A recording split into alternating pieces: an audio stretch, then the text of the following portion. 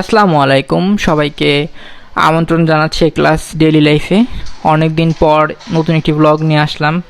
তো এখন তো পটলের সিজন, তো পটল দিয়ে মাছের ঝোল বা বিভিন্ন রকম তরকারি খেতে আমার বেশ ভালো লাগে। ছোটোবেলা থেকেই আমি আসলে এই ধরনের ঝোল টাইপ তরকারি খেতে অভ্যস্ত, বেশ মজা লাগে। আর গরমের সময় যদি কম তেল মশলাযুক্ত খাবার খান তাহলে মুখের আলাদাই রুচি বাড়বে। তো যেই ভাবনা সেই কাজ, আমি চলে গিয়েছিলাম বাজারে। আজকে ইচ্ছে ছিল সকাল সকাল বাজারে গিয়ে রুই মাছ কিনে আনবো, পটল দিয়ে রুইয়ের ঝোল খাবো। তো বাজার থেকে নিয়ে আসলাম রুই মাছ, এর সাথে কিছু পোয়া মাছও নিয়ে আসলাম, যেগুলো সামুদ্রিক মাছ, খেতে বেশ লাগে। তো আনার পরে আম্মু ঢেলে তারপরে পোয়া মাছগুলোকে আলাদা করে রাখতেছে ফ্রিজে, নতুন একটা পলিথিনের ব্যাগে করে রাখতেছে। তো তারপরে রান্নার প্রসেস শুরু। আমার মা আবার বেশ পরিষ্কার পরিচ্ছন্নতা পছন্দ করে, তো ভালোভাবে মাছ ধুয়ে তারপরে রান্নাটা আমরা বসাবো। তো আমার মা ভালোভাবে মাছটাকে ধুয়ে নিচ্ছে, পরিষ্কার করে নিচ্ছে।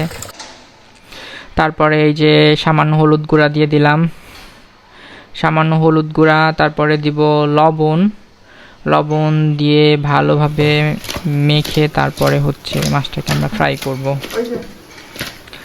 এখন মাছগুলো ভাজার পালা। তো গরম কড়াইতে মাছগুলো দিয়ে দিচ্ছি, মাছগুলো ভাজতে থাকবো। খুব সাবধানতার সাথে এই কাজটা করতে হবে, যেহেতু তেল ছিটতেছে, আপনারা দেখতেছেন। আমি তো বেশ ভয়ে ভয়ে কাজটা করি, যদিও আমার আম্মুর কোনো এই ব্যাপারে কোনো একটা কনসাসনেস নাই।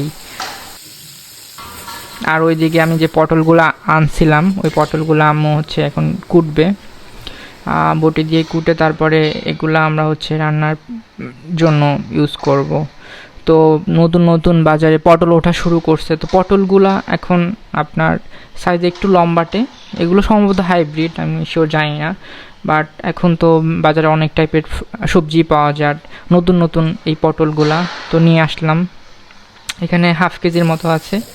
ওইদিকে মাছ ভাজাগুলো প্রায় শেষের দিকে, যদিও কড়াইতে লেগে গিয়েছিল কিছুটা, বাট কি আর করার, এখন লেগে গেছে। তো মাছগুলো ভাজার জন্য, রান্নার জন্য রেডি।